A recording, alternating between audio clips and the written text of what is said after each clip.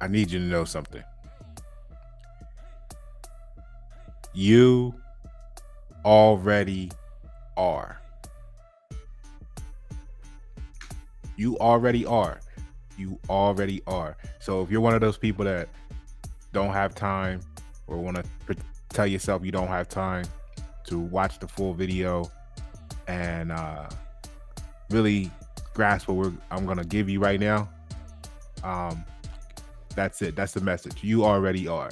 All right. For the rest of y'all that have time to invest in self, let's get to it. All right. Because I'm talking to you. You know, I got my notes, right? So you're a graphic designer. You're a writer. You make arts and crafts, right? You do the little jewelry, the pottery, the paintings. You sell them at the local market or online. You're the photographer, okay? You're the baker, the cake lady, right? You make cookies. You're the ones we see on YouTube and Facebook putting the Hennessy bottle upside down in a cake and doing a little icing on it, and then bam, right? People calling you up, okay? You the digital marketer. You the ones that when we post something, like the artist post a song, you the ones in the comments talking about, hey, I saw your YouTube, even though you ain't look at the YouTube. 87% of you ain't look at the YouTube. You go, I saw your YouTube. You have little friends, little views. Pay me $10, I'll get you 20 million views, right? You the digital marketer, right?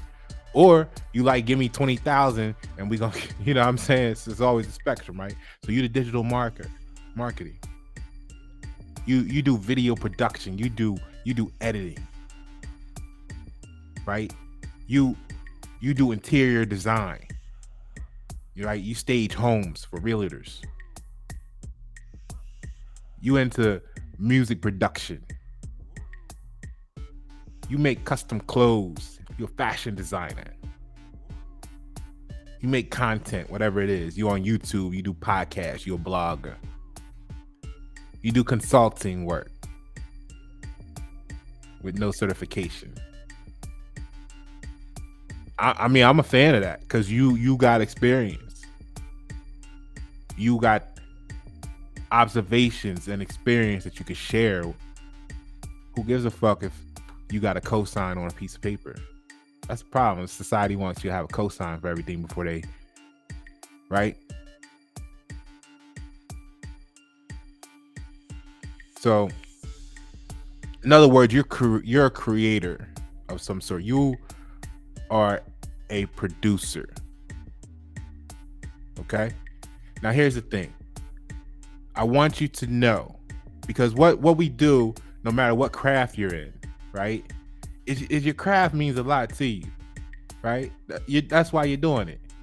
It either means a lot to you itself. It means a lot to you what you're creating to give to others because you want them to have that, or maybe some combination of both, where you're trying to change the world and be a Marvel superhero like me, right? Because the world don't know what they don't know, right? And that's okay. Whatever it is for you, there's a reason that you do it, and it's very close to your heart. And then what do? You go out and you share it with the world, and the world give you feedback. And the first thing the ignorance of the world is going to do is try to tell you that something's wrong with what you're doing, right? I want you to know they don't know. They don't know you. They don't know what you're doing. They don't know why you're doing it. They don't know that they don't know a lot of shit. And what I'm telling you this for is because I talked to, over the years, over the decades, many people who are doing many things and are always so conscientious about what someone else thinks. And I'm going to tell you right now today why that is the worst thing you could do for whatever your creative situation is. Like I said, I don't care if you're a baker, a home stager, a music producer, a writer. I don't care. The worst thing you could do is to listen to someone's feedback. Here's the key about you. Learn to not take the feedback as a representation of you or your work. Learn to see the feedback as a presentation of that audience member, character, qualities, projection issues. See, you get it. We, if not careful, can get lost in emotion, feeling like they're talking about us. They're talking about what we made, right? In reality, they're talking about themselves. And our job is to learn from that. Learn, is that person someone that we wish to even build with long term in the future? Do we want 10 million of them, right? Or are we looking for this audience over here in a niche, and we understand that why they're saying that because we incorporated that as to be irrelevant in what we're doing because we're really focused on this over here, right? So when you look at it, here's what I'm getting at. The people don't realize they don't know. Like, you make music. They don't know that it takes the average person 8 listens. They haven't done the research. They don't know the science. It takes people 8 listens to hear a song. They have to hear it 8 times before they can give a true assessment. And this is it's true. It proved to yourself if you look back in time, or even today. But it's easier back in time because things used to come on the radio. That was the only source. So you put it on the radio. It comes on, new song comes on the radio. You're in the car traveling with your compadre. You may have heard the song before. This is the first time, or one of the first times they did. They go, "Oh, I don't like that song." You maybe have a conversation about it. Maybe you don't. Right? I can't stand that song. It sucks. It's this, it's that. 2 weeks later, you ride in, whatever, you in a location, that same song comes on. That same person now goes, "Oh, this is my jam." They sing it along with the lyrics. You go, "Hey, wait a minute. 2 weeks ago, you said you ain't like that shit." "Oh, that was then. That was before." What they're saying is that was before I had a chance to know if I liked it or not. So if you're a music person and you got your song on the internet, somebody listens to 18 seconds of it. Somebody listens to it all one time and try to tell you something about it. Here is the magic that you need to know. If you're a baker, right? And I mean, granted, there can be some catastrophes in the kitchen. But you know what? You know what your mom used to say? Your grandma used to say? "You better shut the fuck up and eat that shit. Somebody gonna eat that shit or else you're gonna go hungry," right? So here's the thing. If they knew what they don't know, then they would change what they're talking to you about.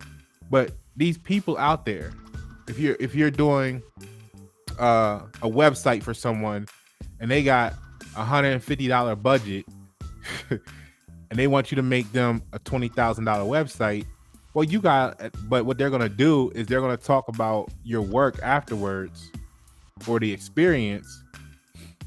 And they're not going to share the fact that they were trying to get $20,000 product out of you when they only was giving you $150. See, they don't share that part. They just go, "Oh man, I wanted this, and they couldn't do that, and then right, and I wouldn't use them." No, you wouldn't use them. You wouldn't use anybody with a $150 budget to try and get a $20,000 production. And if they give you a $20,000 production for a $150 budget, well, right? So here's the thing.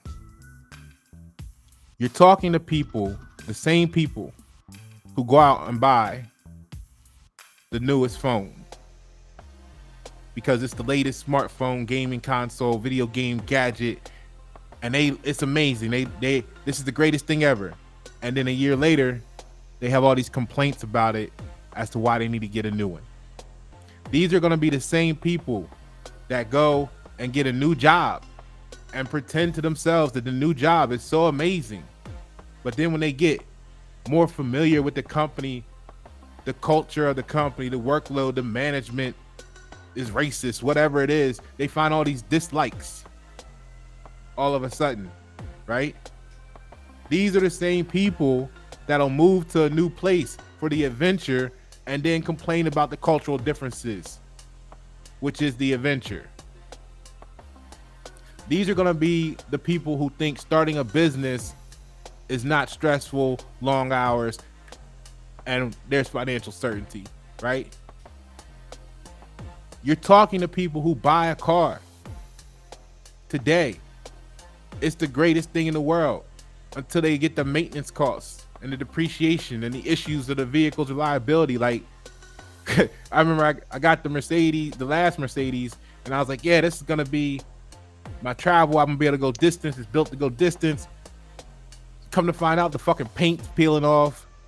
Mercedes got a lawsuit out there on them on these years because the paint clear coat's falling off the car. They don't make many red cars. Every time I get a red car in my life, it's always a problem. I think I'm done with red cars. Then there's an issue to build, repair bills, $12,000. You gotta decide, do you want that car or not? Is it still the greatest car in the world?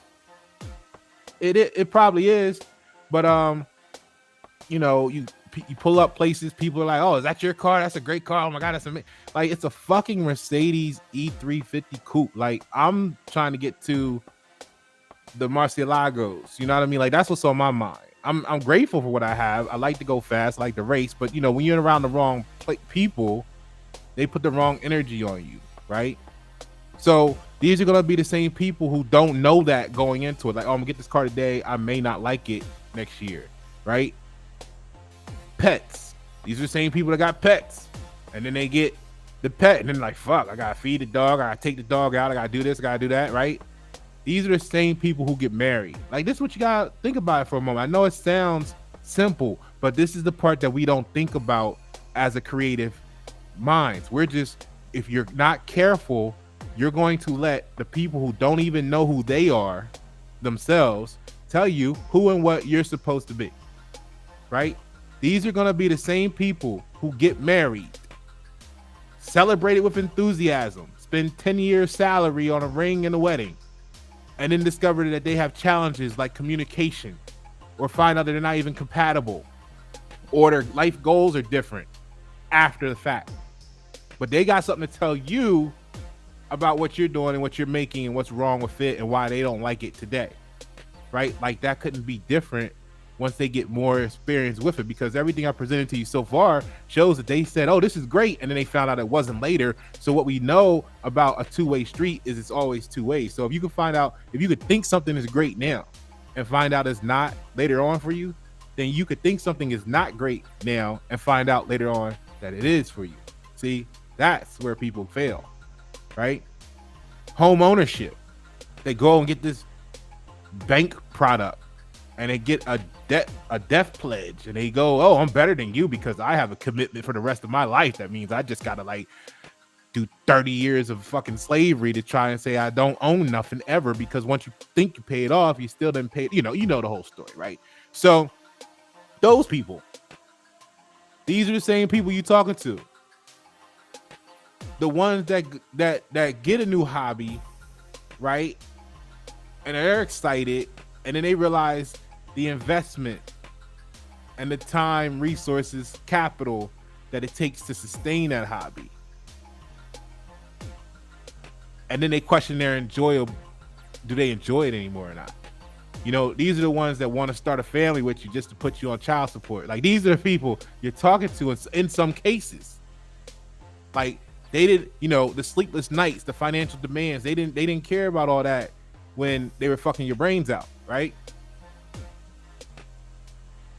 Traveling until all the unexpected shit happens with travel. The college graduates or the attempted college graduates that now have tuition costs high, education costs, academic pressures, and then they go out there to find out that you don't get a job from college. So here's what I want you to do. I want you to know that despite what the fuck they saying, you already are whatever it is they may be trying to tell you that you're not. Okay? When it's not for the masses, see, here's the other thing. The issue is they don't like you. They don't like you, or they don't like that it's you doing it. Because when it's somebody that they like doing it, all the stuff they complaining about that you're doing, it flips. They give it the same thing they're talking and saying something's wrong about.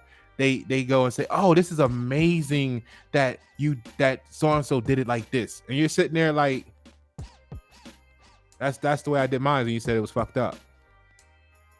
Oh, we'll give it an elaborate name when we talk about they do it. We'll say it's encrusted Parmesan cheese, right? But they was telling you your shit was burnt, right? You see what I'm saying? That's what they don't know this about themselves. So I recommend that if you're gonna start anything, business, especially in creativeness, you gotta understand human psychology, else you're gonna destroy yourself.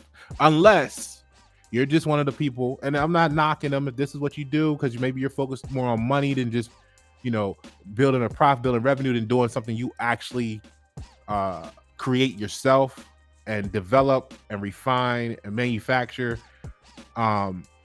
And I'm not, again, this is not to knock those people, but if you got a little template, you just repeating what's already been done before and putting your brand name on it, like a taco shell, and there's nothing different about your taco shell, but you're making paper so you feel good because you're safe, because you're not doing nothing different, then that's cool.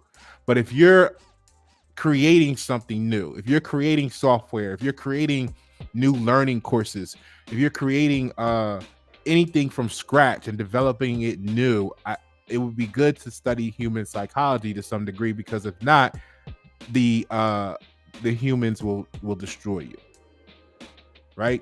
And keep in mind, when they find out they can't destroy you mentally, they'll get to the people around you and destroy them mentally, so that that's where you get blackballed and cancel culture and Kanye West and all that stuff. You know what I'm saying?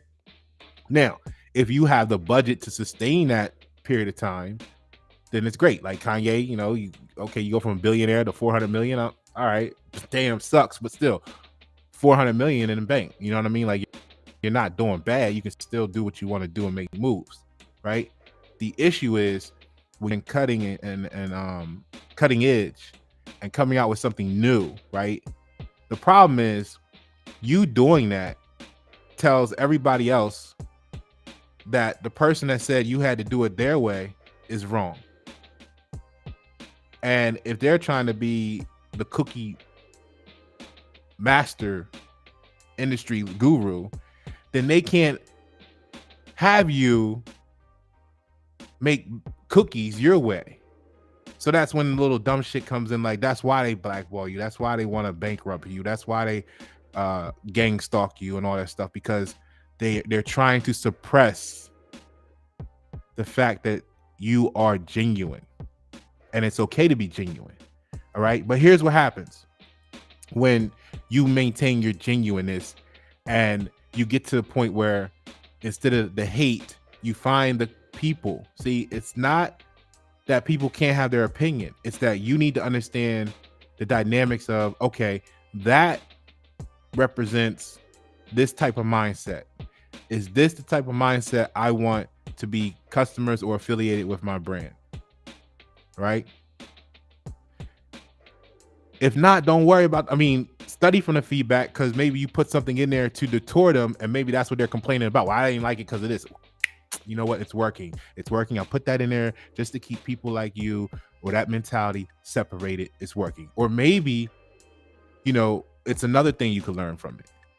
But look for the feedback to tell you about them and not about yourselves, because when they flip over to say, oh, you know what, I like this, then they give it names like, oh, it's a luxury brand, right? It's a luxury brand. Because you don't have to be a mass seller. You don't have to be a mass seller. Like Tic Tacs. I don't know how much a Tic Tac costs. I can't remember last time I had a Tic Tac. You get how many in a pack of Tic Tacs? I don't know. You know what I mean? Somebody should do a TikTok about that. But you get so many in a pack of Tic Tic Tacs. How much does it cost to make a Tic Tac? They have to sell 1 billion trillion of them to meet their profit margins. They need 1 trillion customers, right? So they got to do it that way. Now, you don't have to do it that way, because when you become a luxury brand, what do? It's like high-end fashion or jewelry companies, right? You get a small exclusive customer base with higher profit margins. Maybe your business is going to be a B2B biz company, right? Because you could try to sell your cookies in the neighborhood, right? Or you could go straight to catering. You might find out that nobody likes your shit. Nobody likes your cakes with Hennessy in them. And then you found this one person, and that one person just happened to be the vice president at some mid-sized local company, and they do events for their staff every quarter. And instead of you trying to sell the cake for $40 that everybody's complaining about, they want to give you $90 per cake, and they need 200 of them every quarter. Because now you're associated with a different mindset of people. Pharmaceutical companies. How many customers do they actually have? I mean, what you got? You got healthcare, you got hospital, right? Aerospace and defense contractors. I know I'm giving a crazy $1 trillion industry, but what I'm saying to you is aerospace and defense contractors, how many customers they got? But they make trillions off of them, right?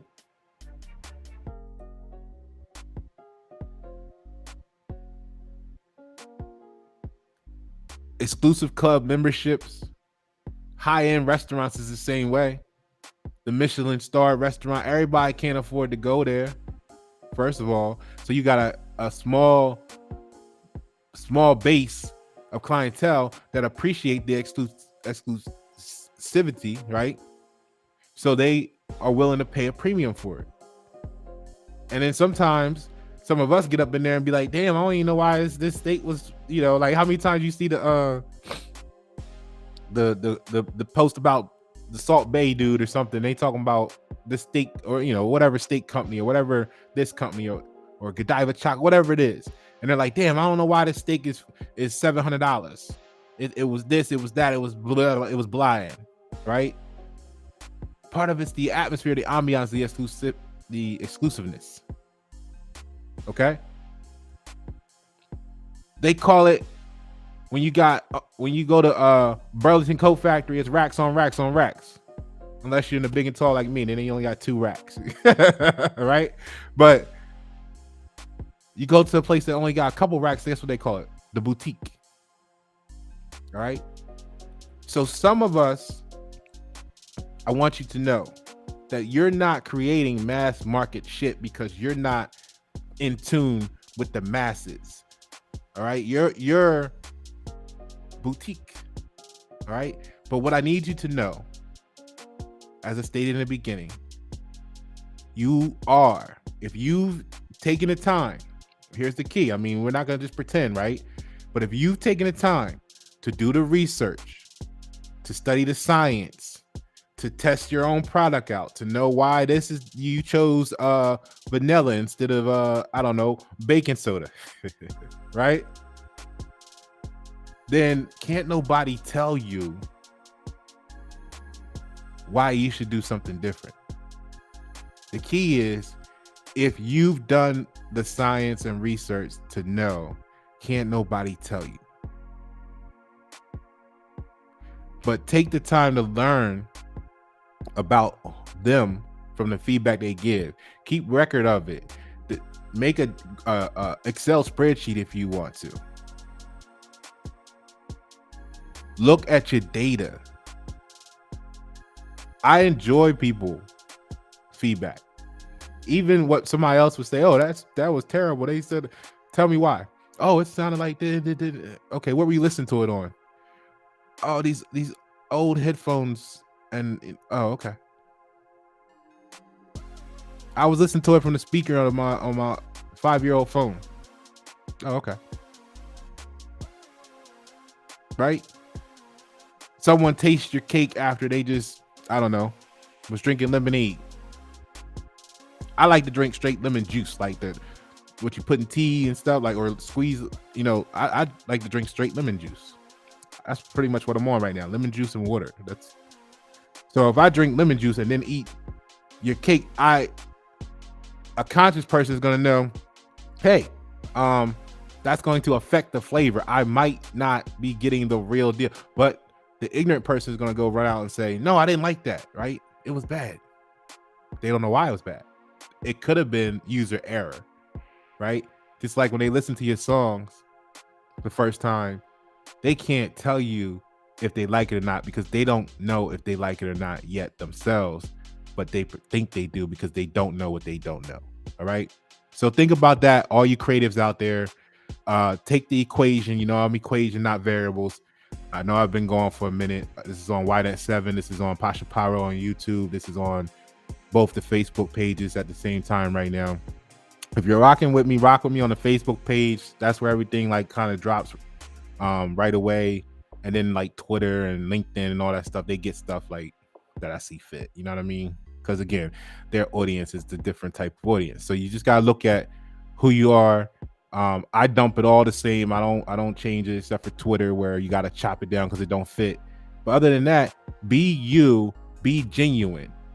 If you want to know the details, check out the YNet7 channel to see what the true difference is between the word everybody use, authentic, and what genuine really is. Because I guarantee you want to be genuine, but being authentic is what's fucking you up in life, all right?